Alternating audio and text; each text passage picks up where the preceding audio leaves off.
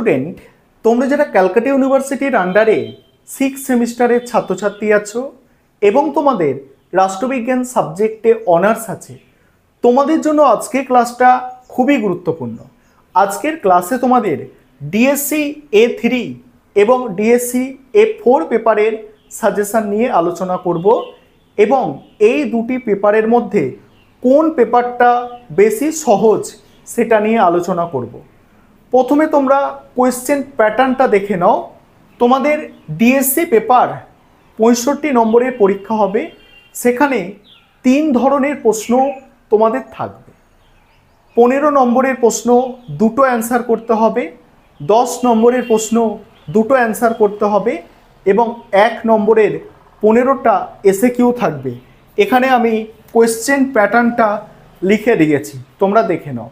এবার বলি তোমাদের এই দুটো পেপারের মধ্যে কোন পেপারটা সহজ হবে। দেখো, এই দুটো পেপারের মধ্যে এই যে ডিএসসি A4 পেপার, এখানে সাজেশান কিন্তু 100% মিলে যায়। আর এই পেপারটা ডিএসসি A4 পেপার অনেক সহজ। কেন সহজ সাজেশান আলোচনা করব, তখন তোমরা বুঝতে পারবে। আর তোমাদের কলেজ থেকে তোমরা জেনে নেবে তোমাদের কোন পেপারটা পড়তে হচ্ছে। আর যদি তোমাদের চয়েস করার অর্থাৎ বেছে নেওয়ার সুযোগ থাকে, তোমরা কিন্তু ডিএসসি A4 পেপারটা বেছে নেবে, কারণ এই পেপারটা অনেক অনেক সহজ। আর তুলনামূলকভাবে ডিএসসি A3 পেপার অনেক অনেক কঠিন। এখানে কিন্তু মানে অনেক বেশি পড়তে হবে, অনেক বলতে অনেকটাই বেশি পড়তে হবে। কেন এগুলো বলছি, সাজেশান আলোচনা করলে তোমরা বুঝে যাবে। আমি স্ক্রিন রেকর্ডের মাধ্যমে এই দুটো পেপারের সাজেশান আলোচনা করছি, তোমরা দেখো। তোমাদের জুলাই মাস থেকে পরীক্ষা শুরু হয়ে যাবে। তোমাদের এটা মানে একদম শেষ সেমিস্টার, তাই ভালো করে পড়ো। আর অনেকটা বেশি পড়তে হবে তোমাদের পলিটিক্যাল সায়েন্স অনার্সে 6 সেমিস্টারে। এই দুটো পেপারের সাজেশান তোমরা দেখো। আর আমাদের পেড ব্যাচ চলছে, অর্থাৎ অনলাইন কোচিং ক্লাসে তোমরা যদি কেউ অ্যাড হতে চাও অর্থাৎ অ্যাডমিশন নিতে ইচ্ছুক থাকো, সেক্ষেত্রে স্ক্রিনে দেওয়া নম্বরে যোগাযোগ করে অ্যাডমিশন নিতে পারো। চলো তোমরা এই দুটি পেপারের সাজেশান দেখে নাও। এবারে তোমরা দুটি পেপারের সম্পূর্ণ সাজেশান দেখে নাও। প্রথমে দেখো ডিএসসি A3 পেপার, পেপারটার নাম পাবলিক পলিসি ইন ইন্ডিয়া। এই পেপারে 15 নম্বরের জন্য যে প্রশ্নগুলো তোমাদের তৈরি করতে হবে, দেখো মডিউল 1 থেকে দেখো। মডিউল 1-এ প্রথম প্রশ্ন যেটা আছে, জননীতি পর্যালোচনার ক্ষেত্রে চার্লস লিন্ডব্লম প্রদত্ত মডেলের গুরুত্ব আলোচনা করো। পরের প্রশ্ন আছে, জননীতির তাৎপর্য বিশ্লেষণ করো। তারপরে জননীতি প্রণয়ন বলতে কি বোঝো, জননীতি প্রণয়নের বিভিন্ন কারকের ভূমিকা আলোচনা করো। পরের প্রশ্ন, নয়া উদারনীতিবাদের প্রেক্ষাপটে জননীতির গুরুত্ব বিশ্লেষণ করো। তারপরে জননীতি বিশ্লেষণ কি আর জননীতি বিশ্লেষণের প্রক্রিয়া বর্ণনা করো। পরের প্রশ্ন, রাষ্ট্রের কল্যাণমুখী তত্ত্বের পরিপ্রেক্ষিতে জননীতির গুরুত্ব আলোচনা করো। এখানে দেখো, এখানে বিগত বছরগুলির প্রশ্ন কিন্তু তুলে দেওয়া হয়েছে। 6টা প্রশ্ন তোমরা দেখতে পাচ্ছ এবং কোনো প্রশ্নই কিন্তু রিপিট আসছে না। তাই সুতরাং এখানে তো তোমাদের ইয়ারের প্রশ্নগুলো আগে ফলো করতে হবে, ইয়ারের প্রশ্নগুলো দেখতে অবশ্যই হবে। কারণ তোমরা মনে রাখবে 6 সেমিস্টার তোমরা এই সিলেবাসে একদম শেষবারের মতো পরীক্ষা দিচ্ছ, তাই তোমাদের প্রশ্ন কিন্তু একটু তুলনামূলকভাবে সহজ হবে। তোমরা 2023 সালের যে প্রশ্ন আছে, 2023 সালের প্রশ্ন তোমরা ভালো করে তৈরি করবে এবং ইয়ারের প্রশ্নগুলো দেখবে। এবং এছাড়াও আমি শেষে কিছু এক্সট্রা প্রশ্ন রেখেছি তোমাদের সম্পূর্ণ সিলেবাস থেকে, সিলেবাস স্ক্যান করে ইম্পর্টেন্ট প্রশ্নগুলো তোমাদের সেখানে আছে। এবার মডিউল 2টা দেখো। মডিউল 2 থেকে যে প্রশ্নগুলো তোমরা তৈরি করবে, ভারতের জননীতি প্রণয়নের ক্ষেত্রে বিভিন্ন সামাজিক আন্দোলনের ভূমিকা আলোচনা করো। পরের প্রশ্ন, গ্রামীণ ভারতের অর্থনৈতিক উন্নয়নের প্রশ্নে মনরেগার প্রকল্পের ভূমিকা মূল্যায়ন করো। তারপরে দেখো, তারপরে আছে ভারতের নীতি প্রণয়নে চাপ সৃষ্টিকারী গোষ্ঠীগুলির ভূমিকা আলোচনা করো। পরের প্রশ্ন, ভারতের স্বাস্থ্যক্ষেত্রে নীতি রূপায়ণে সরকারি বেসরকারি মডেলের ভূমিকা মূল্যায়ন করো। তারপরে আছে দেখো, তুমি কি মনে করো জনকেন্দ্রিক নীতি প্রণয়নে সামাজিক আন্দোলন বিশেষ ভূমিকা নিতে পারে? উত্তরের সপক্ষে যুক্তি দাও। পরের প্রশ্ন, ভারত রাষ্ট্রের নীতি প্রণয়নে প্রণয়ন ক্ষমতার ক্ষেত্রে উদারীকরণের প্রভাব ব্যাখ্যা করো। এবারে 10 নম্বরের প্রশ্নগুলো তোমরা দেখো, আর এখানেও তোমরা দেখলে 6টা প্রশ্ন ইয়ারের প্রশ্ন তুলে দেওয়া হয়েছে। তোমরা সম্পূর্ণ ক্লাসটা দেখো, ভালো করে আমি আলোচনা করছি কি করবে, তোমাদের করণীয় কি এক্ষেত্রে। দেখো 10 নম্বরের প্রশ্নগুলো এবারে দেখে নাও। 10 নম্বরের প্রশ্ন, প্রথম প্রশ্ন, নীতিচক্রের অর্থ ব্যাখ্যা করো। পরের প্রশ্ন, যথাযথ উদাহরণ সহযোগে জননীতির প্রকারভেদ আলোচনা করো। পরের প্রশ্ন, জননীতি মূল্যায়নের বিভিন্ন পদ্ধতি আলোচনা করো। জননীতি রূপায়ণের বাধাসমূহ বিশ্লেষণ করো। জননীতির বিশ্লেষণ ও জননীতির অবিচ্ছেদ্য বিবৃতিটি ব্যাখ্যা করো। জননীতির পরিসরে গণমাধ্যম কিভাবে গুরুত্বপূর্ণ ভূমিকা পালন করে তা আলোচনা করো। এখানে ছটাই আছে, দেখছো এখানেও কোনো প্রশ্ন রিপিট হচ্ছে না। মডিউল 2তে দেখো 10 নম্বরের, ভারতীয় জননীতির কাঠামো রচনায় প্রশ্নে জওহরলাল নেহরুর মতাদর্শ এবং দৃষ্টিভঙ্গি পর্যালোচনা করো। পরের প্রশ্ন, নয়া নয়া ভারত সাক্ষরতা কর্মসূচি যেটা আছে 2022 থেকে 27, মূল লক্ষ্যগুলি আলোচনা করো। পরের প্রশ্ন, ভারতের গ্রামীণ উন্নয়নে সরকারি সংগঠনের ভূমিকা বিশ্লেষণ করো। নীতি আয়োগের গঠন কার্যাবলী আলোচনা করো। ভারতের দারিদ্র্য দূরীকরণ নীতি গ্রহণ গুরুত্বপূর্ণ কেন তা ব্যাখ্যা করো। 1991 সাল থেকে গৃহীত ভারতের বিলগ্নীকরণ নীতি আলোচনা করো। আর অন্যান্য এবার গুরুত্বপূর্ণ প্রশ্ন দেখো। কারণ অন্যান্য গুরুত্বপূর্ণ প্রশ্ন আমি রেখেছি, কারণ হচ্ছে কি তোমরা দেখছো ইয়ারের প্রশ্নগুলো কিন্তু রিপিট আসছে না তোমাদের এই পেপারে। আরেকটা বিষয় তোমাদের বলি, আবারও বললাম, প্রথমেই বলেছি আবারও বলছি, যে তোমরা এই সিলেবাসে শেষবারের মতো পরীক্ষা দিচ্ছ, তাই তোমাদের প্রশ্ন কিন্তু রিপিট আসার সম্ভাবনা বেশি। আর তোমাদের 23 সালের প্রশ্নটা সব থেকে গুরুত্বপূর্ণ, তোমরা ইয়ারের প্রশ্ন ভালো করে করবে, প্রথমে করা হলে তারপরে এখানে প্রশ্নগুলো দেখে নাও তোমরা। তোমাদের 4টে টোটাল অধ্যায় আছে, ঠিক আছে, 2টো মডিউল আছে তোমাদের সিলেবাসে, 4টে অধ্যায় আছে। মডিউল 1-এর প্রথম যে অধ্যায়টা আছে দেখো, প্রথম অধ্যায়টা থেকে যে 4টে প্রশ্ন রাখা হয়েছে তোমরা দেখতে পাচ্ছ, এই 4টে প্রশ্ন তোমাদের রাখা হয়েছে। আর তোমরা যারা পেড ব্যাচে আছো তোমাদের এই প্রশ্নগুলোর উত্তর আমি তো করিয়েই দেবো, ঠিক আছে। মডিউল 1-এর দ্বিতীয় যে অধ্যায়টা আছে সেখানে এই 4টে প্রশ্ন রাখা হয়েছে। এবারে মডিউল 3-এর প্রথম যে অধ্যায়টা, অর্থাৎ 3 নম্বর অধ্যায় তোমাদের, সেখানে এই 4টে প্রশ্ন আছে। এগুলো 10 নম্বর বা 15 নম্বরের জন্য তৈরি করে রাখতে হবে।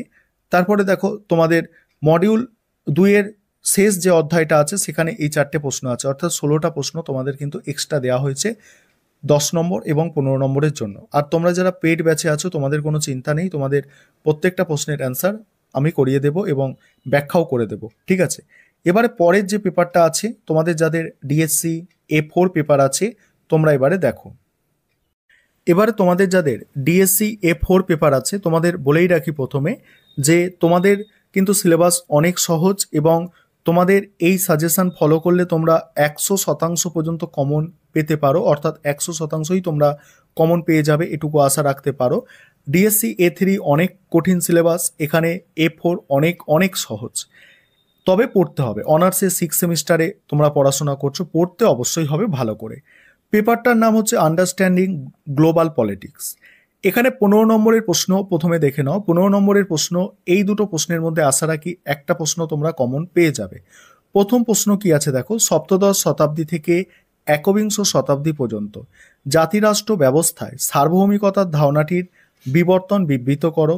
দ্বিতীয় প্রশ্ন, ইউরোপ, এশিয়া এবং আফ্রিকার আঞ্চলিক অন্তরাষ্ট্রীয় সংগঠনগুলি কিভাবে বিশ্ব অর্থনীতিকে প্রভাবিত করেছে উদাহরণসহ ব্যাখ্যা করো। এবারে তোমরা বাকি প্রশ্নগুলো দেখে নাও। 3 নম্বরের প্রশ্ন কি আছে দেখো। 3 নম্বরের প্রশ্ন, ইউরোপীয় ইউনিয়নের গঠনতন্ত্রের বিবর্তনের মধ্যে দিয়ে জাতিরাষ্ট্র ব্যবস্থার যে পরীক্ষা চলছে তা আলোচনা করো। এই প্রশ্নটা 2022-এ এসে গিয়েছে। এবং তারপরে একটা প্রশ্ন আছে দেখো, এখানে আমি কেটে দিয়েছি প্রশ্নটা, যে 2022 সালের একটা প্রশ্ন 24-এ রিপিট হয়েছে, তাই তোমাদের বলছি 23-এর প্রশ্ন কিন্তু 2025-এ রিপিট হবে। 23-এ যে দুটো প্রশ্ন আছে ভালো করে তোমরা যদি করে নাও, এখান থেকে একটা প্রশ্ন তোমরা 2025-এ পাবেই, ঠিক আছে। তারপরে দেখো 2021-এ যে প্রশ্ন দেওয়া হয়েছিল, দ্বিতীয় বিশ্বযুদ্ধোত্তর পর্বে উন্নয়নশীল রাষ্ট্রের অর্থনীতির ওপরে বেটন উডস প্রতিষ্ঠানগুলির প্রভাব বিশ্লেষণ করো। পরের প্রশ্ন, প্রচলিত সার্বভৌম রাষ্ট্র ব্যবস্থায় বহুজাতিক অর্থনৈতিক সংস্থাগুলি কিভাবে চ্যালেঞ্জ সৃষ্টি করেছে তা উদাহরণ সহ আলোচনা করো। এটা 21 সালের প্রশ্ন। এখানে টোটাল আমি তোমাদের সাজেশানে 5টা প্রশ্ন দিয়েছি মডিউল 1-এর 15 নম্বরের। তার মধ্যে বলেছি প্রথম দুটো প্রশ্ন মোস্ট ইম্পর্টেন্ট, খুব ভালো করে তোমাদের তৈরি করতে হবে। এবারে দেখো মডিউল 2-এ 15 নম্বরের জন্য যে প্রশ্নগুলো তোমাদের তৈরি করতে হবে, প্রথম দুটো প্রশ্ন তোমাদের জন্য সবথেকে গুরুত্বপূর্ণ। বিশ্বায়নের যুগে বিশ্ব রাজনীতিতে পরিচিতি ও সংস্কৃতি কিভাবে গুরুত্বপূর্ণ নির্ধারক হয়ে উঠেছে উদাহরণ সহ ব্যাখ্যা করো। আরেকটা প্রশ্ন আছে, জলবায়ুর পরিবর্তন, দারিদ্র্য এবং বিশ্ব রাজনীতির মধ্যেকার যোগসূত্র বিশ্লেষণ করো। এবার তারপরে তোমাদের আছে দেখো যে প্রশ্নগুলো আছে, দেখো 2022 সালের প্রশ্ন 24-এ রিপিট হয়েছে, 2022-এর প্রশ্ন 24-এ রিপিট হয়েছে, অর্থাৎ তোমরা দেখতে পাচ্ছ দুটো প্রশ্নই এখানে রিপিট হয়েছে। তারপর দেখো এই দুটো প্রশ্ন তোমরা দেখে নাও। বিশ্ব রাজনীতিতে আন্তর্জাতিক সন্ত্রাসবাদের মূল প্রভাব সম্পর্কে আলোচনা করো। জাতিপুঞ্জের সহস্রাব্দ সম্মেলনের এই সমস্যার সমাধান কি সংকল্প গৃহীত হয়েছে। তারপর জলবায়ু পরিবর্তন, দারিদ্র্য এবং বিশ্ব রাজনীতির মধ্যেকার যোগসূত্র। ঠিক আছে, এই হচ্ছে তোমাদের সাজেশান। এখানে দেখো এই প্রশ্নটা কিন্তু 2023-এ রিপিট হয়েছে, ওই যেটা বললাম জলবায়ুর পরিবর্তন, দারিদ্র্য, বিশ্ব রাজনীতির মধ্যে যোগসূত্র বিশ্লেষণ করো। অর্থাৎ এখানে একটা, দুটো এবং এখানে একটা প্রশ্ন, 3টে প্রশ্ন তোমাদের সাজেশানে আমি দিলাম মডিউল 2 থেকে। তার মধ্যে প্রথম দুটো করলেই তোমরা একটা কমন পেয়ে যাবে। এবার তোমরা 10 নম্বরের প্রশ্ন দেখো। 10 নম্বরের প্রশ্ন মডিউল 1 থেকে প্রথমে দেখো। মডিউল 1-এর প্রথম প্রশ্ন দেখো, প্রচলিত সার্বভৌম রাষ্ট্র ব্যবস্থায় অরাষ্ট্রীয় অর্থনৈতিক কারকের চ্যালেঞ্জগুলি সংক্ষেপে লেখো। তারপরে আছে সমকালীন বিশ্ব রাজনীতিতে বিশ্ব বাণিজ্য সংস্থার তাৎপর্য। তারপর দেখো 2022-এর একটা প্রশ্ন 2024-এ রিপিট এসেছে। তারপরে বর্তমান বিশ্বে বহুজাতিক অর্থনৈতিক কারক সময়ের রাজনৈতিক তাৎপর্য সংক্ষেপে লেখো। এবার 21 সালের প্রশ্নটা দেখো, আধুনিক জাতিরাষ্ট্র ব্যবস্থার বিবর্তন সম্পর্কে সংক্ষেপে আলোচনা করো। তারপরে আছে আন্তর্জাতিক সম্পর্কে বিশ্ব বাণিজ্য সংস্থার ভূমিকা ও কার্যাবলী। ঠিক আছে, এবারে এই আন্তর্জাতিক সম্পর্কে বিশ্ব বাণিজ্য সংস্থার ভূমিকা ও কার্যাবলী আলোচনা করো। আর এখানে একটা দেখো, সমকালীন বিশ্ব রাজনীতিতে বিশ্ব বাণিজ্য সংস্থার তাৎপর্য আলোচনা করো। এই দুটো প্রশ্ন কিন্তু সেম অ্যান্সার হবে, প্রায় সেম অ্যান্সার হবে। এমনভাবে তৈরি করতে হবে তোমাদের যাতে এই প্রশ্নের অ্যান্সারটা করলেও এই প্রশ্নের অ্যান্সারটা যদি পরীক্ষায় আসে তোমরা লিখতে পারো। অর্থাৎ এখানে একটা, দুটো, তিনটে, চারটে, 5টা প্রশ্ন তোমাদের আমি দিয়েছি, তার মধ্যে তোমাদের প্রথম দুটো প্রশ্ন সব থেকে গুরুত্বপূর্ণ। এবার মডিউল 2টা দেখো। মডিউল 2-এ দেখো 10 নম্বরে কি করবে, দ্বিতীয় বিশ্বযুদ্ধের পরবর্তীকালে সংঘাতের পরিবর্তিত প্রকৃতি সম্পর্কে সংক্ষেপে আলোচনা করো। 23-এ পড়েছে প্রশ্ন, খুবই গুরুত্বপূর্ণ তোমাদের জন্য। পরের প্রশ্ন, উন্নয়নশীল রাষ্ট্রে বিশ্ব পুরো সমাজ এর ভূমিকার সীমাবদ্ধতাগুলি উদাহরণ সহ বিশ্লেষণ করো। 23-এর প্রশ্ন তোমাদের জন্য খুবই গুরুত্বপূর্ণ। এবার দেখো 22-এর একটা প্রশ্ন 24-এ রিপিট হয়েছে, সেই প্রশ্নটাকে আমি কেটে দিয়েছি। তারপরে দেখো, বিশ্ব উষ্ণায়ন ও উত্তর দক্ষিণ সংলাপ সহযোগিতা না সংঘর্ষের ব্যাখ্যা করো। এবার দেখো পরের প্রশ্ন, ঠান্ডা যুদ্ধের পর্বে সংঘাতের পরিবর্তিত প্রকৃতি সম্পর্কে উদাহরণ সহ আলোচনা করো। ঠিক আছে, এটা ঠান্ডা যুদ্ধের পর্বে। আর এটা দিয়েছিল দেখো দ্বিতীয় বিশ্বযুদ্ধের পরবর্তীকালে, মানে পরবর্তীতে সংঘাতের পরিবর্তিত প্রকৃতি সম্পর্কে আলোচনা করো। এই প্রশ্নটা আর এই প্রশ্নটা সেম, আমি জাস্ট তোমাদের ইয়ারগুলো তুলে দিয়েছি যাতে তোমরা বুঝতে পারো যে তোমাদের প্রশ্ন কিন্তু এখান থেকে রিপিট আসছে। ঠিক আছে, তারপরে বিশ্ব পুরো সমাজ কি শুধু মানে ধারণা না বাস্তব আলোচনা করো, এই একটা প্রশ্ন, এটা তোমাদের করতে হবে। তাহলে এখান থেকে দেখছো তোমরা 4টে প্রশ্ন তোমাদের টোটাল সাজেশনে আছে মডিউল 2 থেকে, তার মধ্যে প্রথম দুটো প্রশ্ন খুব গুরুত্বপূর্ণ। তাহলে এর থেকে তোমরা বুঝতে পারলে ডিএসসি A4 পেপার অনেক সহজ।